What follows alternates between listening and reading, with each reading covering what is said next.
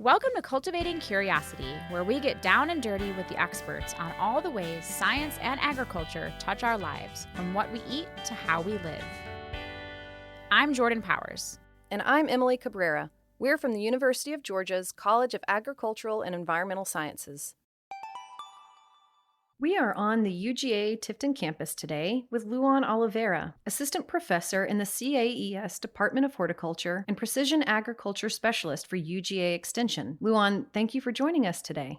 Thank you. In a nutshell, what is precision agriculture? So precision ag is a small piece of what we call digital ag. Precision ag is a management strategy that helps us on better manage the variability of our fields. So think of a football stadium. You think that beautiful green lawn, like that green turf, is uniform. But no, there's a lot of science there to actually apply the proper fertilizers to where it needs the most. So all that color is uniform. So that's precision ag. You put your nutrients or your fertilizer, your chemicals where they need to be. Digital ag is something broader, and that's where we get into robotics. So digital ag is the integration of precision ag, which is the management strategy, IoT, Internet of Things, and computer communication. So if you see a autonomous tractor running on a field,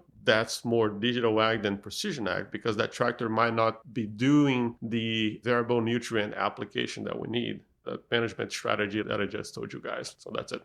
What opportunities does precision ag open for recent grads in this area? When you think of people that has an agriculture background versus the people that has a AI background, it's easier for a person to learn the coding, the AI piece, than that guy that knows a lot about AI to learn about plant physiology. So I think that that's where the opportunity is recent grads to study classes related to AI, related to precision agriculture, so they can pursue these jobs in big tech companies where they can apply their knowledge in agriculture, but also apply the knowledge that they gain on artificial intelligence and technology in general. I've heard from big tech companies like Microsoft, when I was at the World Agri-Tech Summit, that this is one of the most valuable backgrounds, where people has the plant backgrounds like the physiology, weeds, production, nutrient management,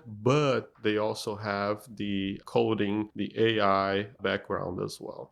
Agtech and precision agriculture have become buzzwords, and we're even starting to hear more about AI in ag. But can we actually break that down for folks that aren't familiar with production agriculture? What do these technologies actually look like in the field? There's a way to break it down. And the way is, prior talking about AI, what AI means, right? Artificial intelligence is basically the capacity of a computer to mimic human intelligence. So that's what we call it artificial. So when you get a common or a conventional implement, I would say a sprayer, because that's where AI is most applicable now. If you get a sprayer and you put a computer there with electro-hydraulic systems like nozzles, and then you train that AI to understand what the weeds are. So it's basically, you give thousands of examples to that computer and then say, hey computer, next time you see a weed, you open that nozzle on the top of that weed. So I think that that's a short way to break it down. So it's using computers that mimic human intelligence to enhance the capacity of those implements. Because the way it has been done is that, hey, I'm going to spray. So I spray the whole field, places where there are weeds and places where there are not weeds there. When we use AI to identify exactly where those weeds are, we can do something called spot spraying. So we spray the spots that we actually need. So in a story that we published last year, and we'll link to that in the show notes, you said something that I think is really beautiful. You said, quote, "The adoption of these technologies is creating a sustainable ecosystem, not only environmentally speaking, but also socially and economically." You talked a little bit about this with spot spraying versus spraying an entire field, but can you expand a little bit on this three-pronged benefit? Yes. So think of sustainability not only as an environment, but as a holistic approach. If a grower adopts a technology that instead of paying for a whole tank of herbicide, for example, some of these technologies, they're proven to reduce that amount by 60%. So if you spend that amount of chemicals, like if you're a big enough grower that spend that amount of chemicals for the entire season, and then you cut your costs in 60% already, it's not that it's money going back to your pocket, but it's money that you did not spend. And then that go to the environment as well, because you sprayed 60% less chemicals inside of that field. That money that the grower didn't spend can be applied to somewhere else. That's where the social sustainability goes, because that money stays in the community, and then that's the social. So if that money was not spent, that money can be directed to somewhere else, which is other labor related activities. So if we do a quick math,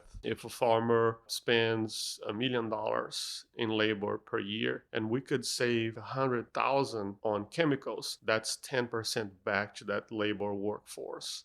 Absolutely. It's this cycle that we can kind of redistribute to Exactly. the benefit of both, hopefully, that laborer, the grower, the environment, the community. Yes. And when done right, it can be a Yeah. beautiful thing. And that's important to note that ag tech is pretty new on the market, like robotics, AI. And that's why we've been doing research on that at the early stages, because that's a really expensive activity. As a precision ag extension specialist, my job is to evaluate technologies and bring those results to the growers. And technologies, ag tech in general, they're here to help, not only on the efficiency or chemical input savings in general, but also we have a big responsibility of feeding a projected population of 9.8 to 10 billion people by 2050. So I think that all these technologies combined, artificial intelligence, spraying technologies, mechanical weeders, autonomous harvesters, autonomous tractors, all of these technologies are going to play an important role on helping us to do that job. Now I'm kind of wondering, what is the coolest piece of technology that you're working with at the moment? Okay, there are a lot. So we have robots that run the fields autonomously. One of them is solar powered. So it runs the whole day without swapping batteries or touching it. And it's a spot sprayer. The robot sees the weeds and spray. It only has 40 gallons worth of tank. So it needs to do a spot spray. It's not that I retrofitted a big sprayer with a big tank. Another cool technology we've been working with is a mechanical weeder. So it has several arms. So when the robot sees a weed, it drops one of those arms and uproots that weed. It's not that we are spraying chemicals. We're just taking that weed out of the ground. AI models for plant counting, object identification, estimating yield before harvesting. So this is everything that AI is actually providing us within the short term that it became a buzz. It became a boom in the whole world, not only in agriculture, but I think companies, universities, we're doing a good job on bringing that AI to the agricultural world to increase efficiency and profitability of these growers.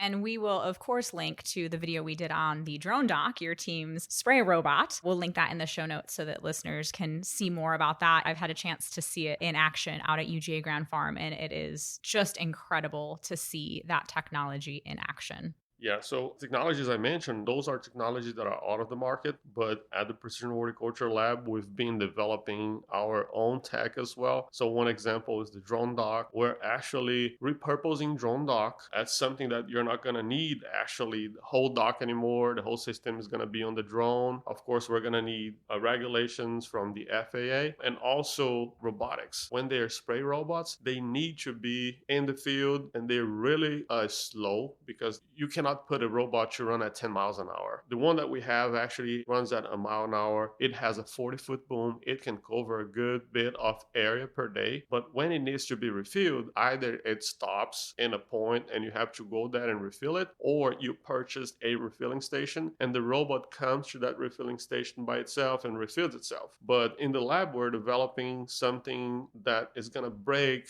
that system. We're developing a robot to refuel other robots. It's the same robot that you saw at Grand Farm, but a robot is going to have a robotic arm that goes there and then refills the other robot. And that robot, which is slower, doesn't need to run a whole mile at a mile an hour to come back to the refilling station. So that's something we're developing currently in the lab. Well, we've covered a lot in a short period of time, and obviously we just heard a bit about your lab. You are nonstop busy all the time, so we are so appreciative of you taking a bit of time to chat with us today. Just thank you so much, and best of luck this season. Thank you. Thanks for listening to Cultivating Curiosity, a podcast produced by the UGA College of Agricultural and Environmental Sciences. A special thanks to Mason McClintock for our music and sound effects. Find more episodes wherever you get your podcasts.